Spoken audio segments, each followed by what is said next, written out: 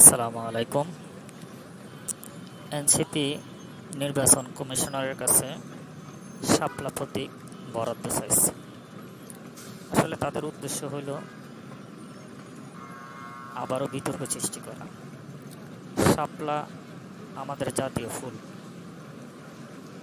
এটা এ পর্যন্ত অনেক দলে এটার জন্য নিবন্ধন মার্কা হিসাবে চাইছে, কিন্তু নির্বাচন কমিশন কাউকে দেয় নাই।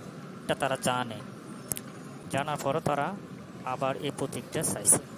উদ্দেশ্য হইল তারা দেশের মধ্যে আবার অস্থিতির সৃষ্টি করা এবং বিতর্ক সৃষ্টি করা, যে আমরা নির্বাচন কমিশনের কাছে এটা চাইছি, নির্বাচন কমিশন আমাদেরকে এটা দেয় নাই। নির্বাচন কমিশনের কাছে 84টার মতো মার্কা আছে নিবন্ধিত। ওই মার্কাগুলোর থেকে চাওয়ার দরকার। এনসিপি বারবার বিতর্ক সৃষ্টি করার জন্য এই জিনিসটা করতে আছে। এনসিপি বাংলাদেশে দল গঠন করার থেকে শুরু করে এখন পর্যন্ত বিতর্ক সৃষ্টি করছে। এত বিতর্ক সৃষ্টি বাংলাদেশে কোনো রাজনৈতিক দল করে নাই, তারা যতটুকু করছে।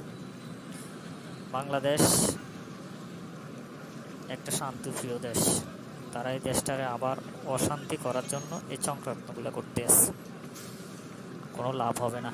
এই দেশের সচেতন মানুষ তাদের আসল রূপ দেখে ফেলছে। ধন্যবাদ সবাইকে।